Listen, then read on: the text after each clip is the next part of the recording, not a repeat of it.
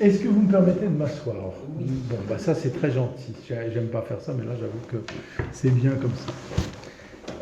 Alors, je vais pas conférer, mais vous savez, le défaut des philosophes, c'est qu'ils aiment expliquer, donner un peu de, comment dire, de contenu à ce qui est parfois peut-être un accident de l'histoire ou de leur histoire.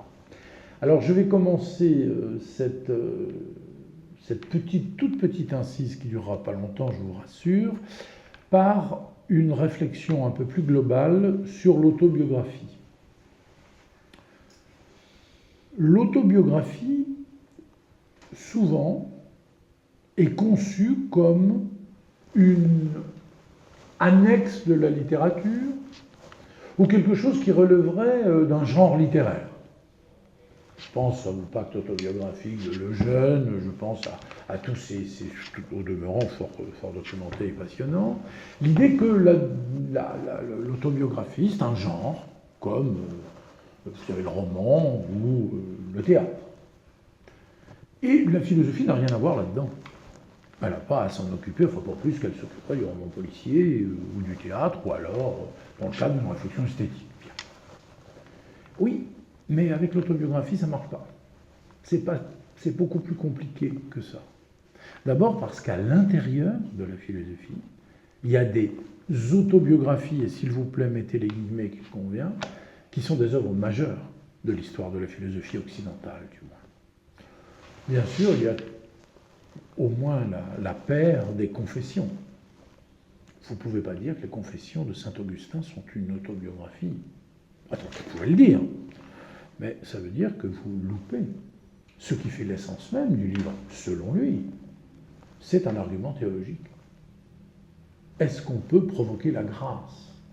Est-ce que la grâce est une affaire parfaitement hasardeuse, j'allais dire, qu'elle implique providentielle, ou est-ce qu'elle se construit?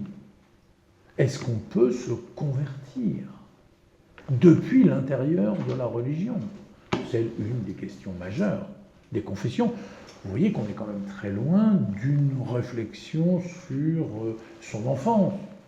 Quand il convoque ce qu'il est, c'est pour répondre à la question philosophique et théologique, peut-on adhérer à une religion?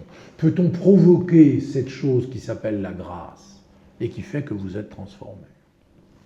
Je vais vite, hein, ça mériterait un séminaire, Saint-Augustin, mais c'est pour vous dire que on ne peut pas réduire les confessions de Saint-Augustin au récit de sa vie. On ne peut pas non plus réduire les confessions de Jean-Jacques Rousseau au récit de sa vie. Et là, si je puis me permettre, je vais vous confier un détail autobiographique, c'est que j'ai fait ma thèse de philosophie sur les confessions. Et j'ai eu un mal fou à la faire reconnaître. Parce que de mon temps, quand on était philosophe, et qu'on travaillait sur Jean-Jacques Rousseau, on travaillait sur le sérieux. Le sérieux, c'était le contrat social. C'était le discours sur les fondements de l'inégalité parmi les hommes. C'était le projet de la constitution de la Corse ou de la Pologne. Mais ce n'était pas les confessions. Les confessions, c'était la partie pré-romantique, la partie autobiographique, et c'était dit avec une sorte de dédain. C'était le subjectivisme, c'était quelque chose qui ne relevait pas de la philosophie. Ah bon? Un livre qui commence par « Je forme une entreprise qui n'a jamais eu d'exemple et n'aura point d'imitateur ». Vous êtes vraiment sûr que ce n'est pas quelque chose qui relève de la philosophie? Vous croyez qu'il ne sait pas que Saint-Augustin a déjà existé? Vous croyez qu'il ne sait pas qu'il existe des tas de choses qui sont des journaux intimes ou de l'autobiographie? Alors c'est quoi cette déclaration qui ouvre le livre? C'est quoi le « itusit incute » dans et sous la peau? Qu'est-ce que ça veut dire? Ça veut dire qu'il est mégalomane et que, bien sûr, qu'il y a eu d'autres confessions? Non, ça veut dire qu'il est en train d'inaugurer quelque chose de fort, qui est ce que j'ai appelé l'égologie. La nécessité pour le philosophe de parler de lui pour fonder son discours. Tout le monde comprendra sans mal ce que je veux dire en étant peut-être plus simple. Pensez à ce texte fondateur, encore une fois, pour la philosophie occidentale, qui est le mythe de la caverne, que Platon aurait, dit-on, acheté à des pythagoriciens. Mais peu importe l'origine, ce n'est pas vraiment une question pour les Grecs. Dans le mythe de la caverne, vous connaissez toute l'histoire parfaitement, il y a ces prisonniers au fond de la caverne, ils sont abusés par des ombres que des esprits malins font naître derrière le feu. À un moment donné, il y a quand même un des prisonniers qui se dit « ça sent pas bon cette histoire », il sort de la caverne, je résume grossièrement, à la Montmartroise, puis il est ébloui par le soleil, puis enfin il comprend le soleil, il comprend donc le feu, il comprend donc le fait qu'on abuse ses camarades. Mais au lieu de rester à se dorer au soleil et d'être bien content d'en s'en être sorti, qu'est-ce qu'il fait? Il rentre. Il rentre dans la caverne, et quand il rentre dans la caverne, ça ne se passe pas extrêmement bien pour lui, puisque les autres prisonniers, pour lesquels il est rentré, vont le mettre à mort. Il y a une question qui se pose. Pourquoi lui? Pourquoi ce type? Pourquoi ce prisonnier est sorti? Pourquoi est-il sorti, lui, et pas le type d'à côté? Pire encore, pourquoi il est rentré? Pour quelle raison? Il n'est pas question d'éthique, il n'est pas question de principe moral. Ça, on est chez les Grecs, on vous dit simplement, dans cette allégorie, qu'il est sorti et puis qu'il rentre. Pourquoi? Pourquoi il y en a un qui, tout d'un coup, a l'intuition que les images sur l'écran, sur la caverne, doivent être questionnées? Et pourquoi le même rentre? C'est une question philosophique extrêmement ennuyeuse. C'est celle que pose d'ailleurs Platon en citant son maître Socrate. Socrate, pourquoi tu as eu l'intuition de la philosophie? Pourquoi tu deviens philosophe? Pourquoi? Et vous savez la réponse de Socrate, c'est Delphes. C'est l'oracle de Delphes qui m'a dit, voilà, un homme qui cherche la vérité et le vrai. Vous avouerez que rationnellement, c'est un peu ténu comme réponse. Sautons les siècles, amusons-nous entre nous, vous ne répéterez pas. Zarathustra. Zarathustra est seul et nu dans le ciel vide, il est avec son aigle et son serpent. Qu'est-ce qui lui prend de descendre, prendre des coups? Qu'est-ce qui va aller parler à la merdasse? Leur expliquer qu'il faut arrêter de suivre le troupeau, de se comporter en mouton ou en dromadaire, en animaux de bois, qu'il faut lever la tête, qu'il faut d'abord être un fauve, un aigle, et puis peut-être un jour un enfant roi, un surhomme, un Rimbaud. Qu'est-ce qui fait qu'il descend? Pourquoi il reste pas sûr de cette valeur qu'il possède? Qu'est-ce que c'est que cette Qu'est-ce que c'est que cette volonté d'évangélisation? Chez Nietzsche, l'évangélisation, vous aurez quand même un peu plus de café d'employer des mots pareils. Qu'est-ce qui fait que Nietzsche descend de la montagne? Zarathustra descend de la montagne? Il y a une réponse dans le Zarathustra, un peu comme celle de Delphes. Nietzsche nous dit, il surabonde. Il descend de la montagne pour la même raison que le volcan, à un moment donné, éructe et que la lave descend dans la plaine. Donc, qu'il s'agisse de l'explication théologique chez les Grecs, qu'il s'agisse de l'explication, géologique chez Nietzsche, qu'il s'agisse de l'explication chez Rousseau par ses expériences, parce que là aussi Rousseau, voilà le seul homme des Lumières. Il faudra attendre Kant pour obtenir quelque chose d'à peu près semblable. Le seul homme des Lumières qui nous explique que l'évolution des mœurs n'a absolument pas été, n'a pas connu de développement grâce à l'essor des sciences et des arts. Que le rêve encyclopédique de Diderot, que le rêve de toute la période des Lumières, de rendre les gens plus intelligents, plus savants, plus capables donc de s'affranchir des superstitions. Non. Le despote éclairé, c'est surtout le projecteur qui nous met dans la figure. C'est ça qui est clair. C'est le Mirador.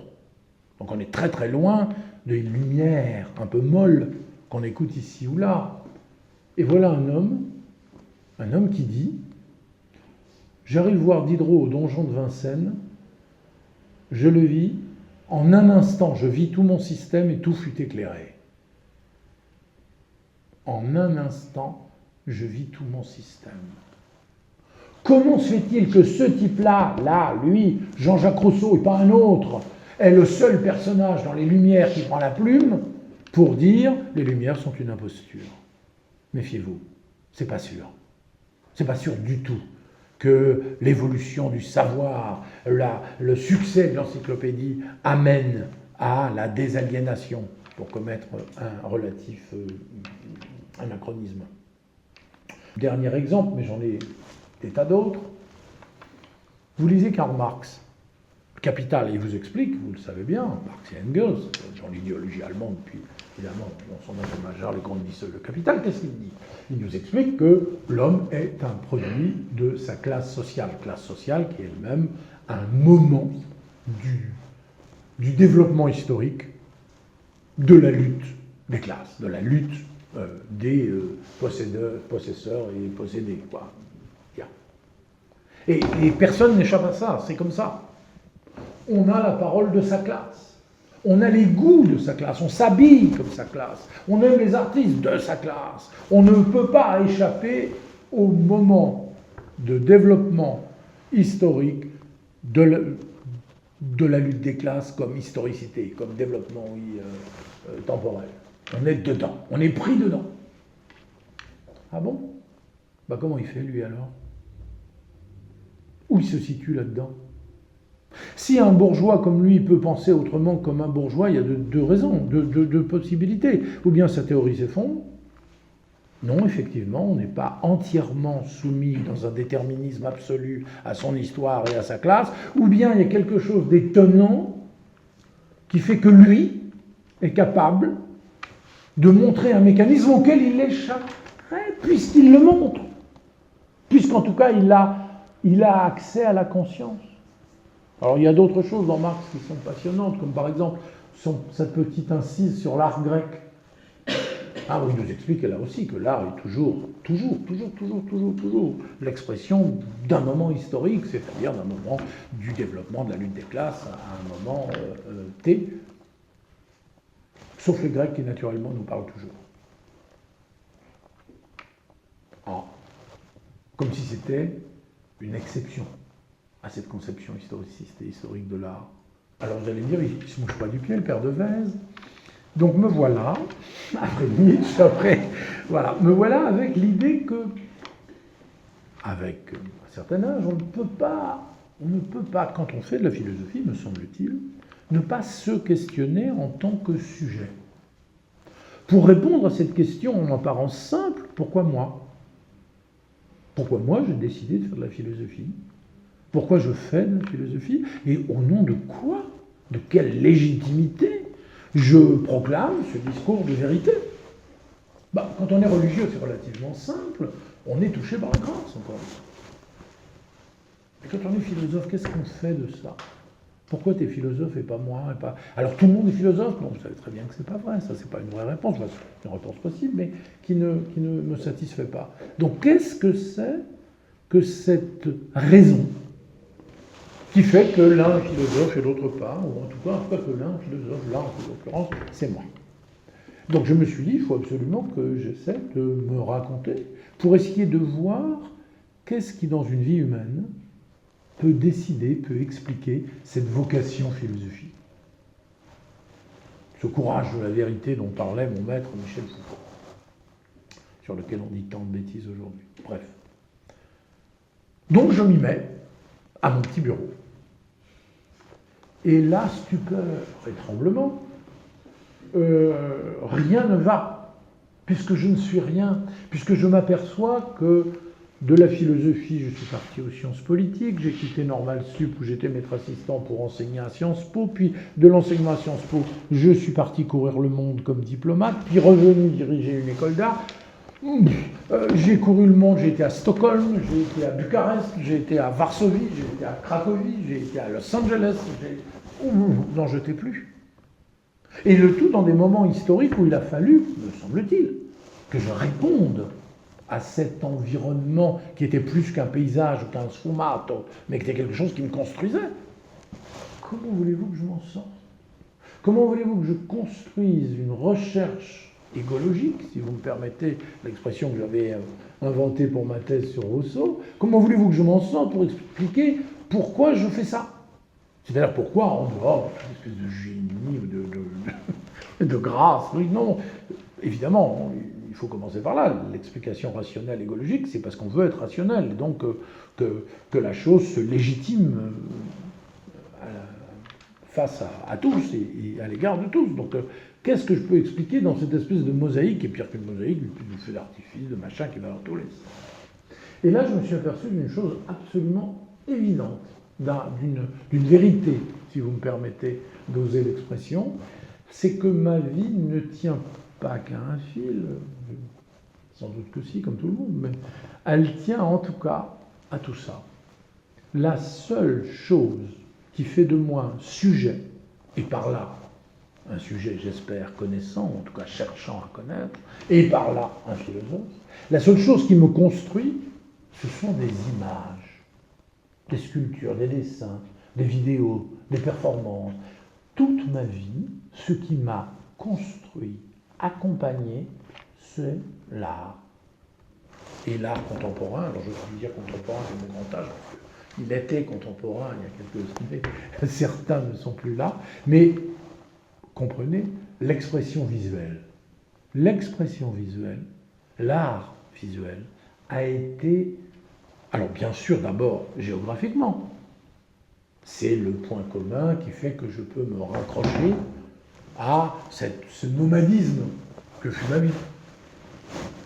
Mais il y a peut-être plus profond encore. Cette construction égologique, cette construction d'un sujet qui peut se dire philosophe, elle a à voir avec la construction d'une collection. En fait, ma collection, c'est une mise à nu. Ma collection, c'est une sorte de construction. J'aime beaucoup le mot anglais recollection. To be recollected, c'est une, comme on le dit, des disques. Vous savez, quand on fait une espèce de best-of, voilà. Ben c'est ça, c'est une sorte de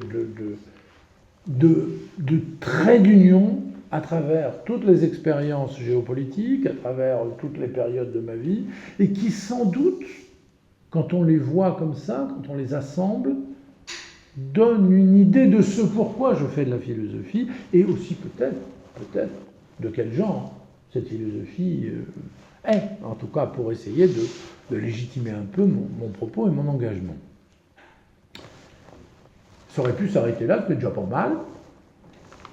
Voilà, je suis quelqu'un qui, quand il veut faire une autobiographie parce qu'il est philosophe et donc une autobiographie philosophique, se rend compte qu'il ne peut pas la faire s'il ne parle pas de l'art contemporain et de son rapport aux artistes visuels qui l'ont construit. C'est bien pas mal, avouez. Bon, je force. Sauf que bien sûr, on a fait la moitié du chemin quand on a dit ça. Parce qu'il y a évidemment en retour, si j'ose dire, le caverne et l'effet retour, il y a autre chose. C'est que ça dit quelque chose des œuvres. Si ça peut me construire, ça, l'anecdote, la rencontre, mais qu'est-ce que ça dit de cette chose-là? Ben, ça dit que c'est pas qu'une chose. Ça dit que cette vulgate néo-marxiste qui est historiciste, je le regarde parce qu'il y a des historiens importants dans la salle, mais dont on nous nourrit, un certain nombre de gens en tout cas. À savoir qu'une œuvre s'explique par la forme, c'est une œuvre sur papier tirée à tant d'exemplaires, etc., par l'auteur, Félix González Torres, artiste dissident cubain qui a connu le sida, le machin, le tatin, voilà, très bien. À la Biennale de Johannesburg, première Biennale contemporaine, etc. Bon, oui. Et quand vous avez fini ça, vous avez tout dit?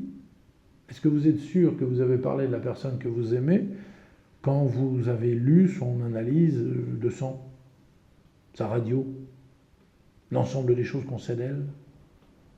Est-ce que vous êtes certain que quand vous aimez quelqu'un, l'ensemble des renseignements que vous pouvez posséder rend raison de cet amour? Vous savez très bien que non. Sinon ça marcherait, les machins matrimoniaux. Vous savez très bien que tous les gens qui disent j'adore les grandes brunes et qui se retrouvent avec une toute petite blonde, vous avez tous connu ça, en tout cas si vous ne l'avez pas connu, si vous êtes fort jeune, mais l'idée que c'est pas comme ça que les choses se passent. Alors c'est pas l'apologie de l'irrationnel, c'est bien pire. C'est que je crois que l'histoire de l'art, en voulant absolument ceinturer, expliquer, très légitimement, des ouvrages tout à fait passionnants, mais les œuvres en manquent peut-être l'essentiel. L'essentiel, c'est quelque chose que moi je crois qu'il faut aller voir chez Bataille ou chez Lévi-Strauss dans La Pensée magique. Il faut écouter des gens comme Jean-Hubert Martin, le grand commissaire des magiciens de la Terre, avec qui j'ai longtemps discuté de cette affaire-là. Pendant longtemps, on a vraiment critiqué de façon politique l'idée que le goût, la passion, l'émotion qu'une œuvre d'art suscitait, c'était de la petite bourgeoisie. C'était parce que, évidemment, vous aviez vu, vous avez été au musée très jeune, vous avez, etc. C'est faux. C'est faux. Je peux vous dire, par exemple, quelque chose que j'ai vécu. J'ai vécu à Durban, en Afrique du Sud. Il y avait un chef d'orchestre absolument magnifique, qui est le seul chef d'orchestre noir à l'époque en Afrique du Sud, qui, pour fêter la venue de Mandela dans ce grand port de l'océan Indien, avait dit, moi je vais faire venir tous les gosses des townships et on va faire un grand concert. Bon, et bon, bien sûr, en tant que directeur de l'Institut français d'Afrique du Sud qui venait d'être créé, je voulais absolument faire partie de l'affaire, et je dis oui, on y va, on va monter des choses. Et il me dit, alors voilà, j'ai pensé, on pourrait monter Bartók, et j'aimerais beaucoup Boulez et Dussapin. Je dis, mais tu deviens fou. Boulez, Dussapin, à des gosses qui n'ont jamais vu de la musique, il me dit, bah oui, justement. C'est une très grosse erreur de croire que parce qu'ils sont incultes, parce qu'ils ne connaissent pas la musique, parce que, tout ça entre guillemets, ils ne vont pas comprendre ou voir. Non, ils n'ont aucun a priori. En l'occurrence, le bourricot, c'est le petit bourgeois qui ne connaît que la grande musique que Vivaldi ou Strauss, et qui lui va dire c'est du bruit. Mais le gamin qui n'a jamais entendu parler des choses, il va avoir cette capacité unique pour l'art, c'est d'être perméable, de laisser opérer quelque chose.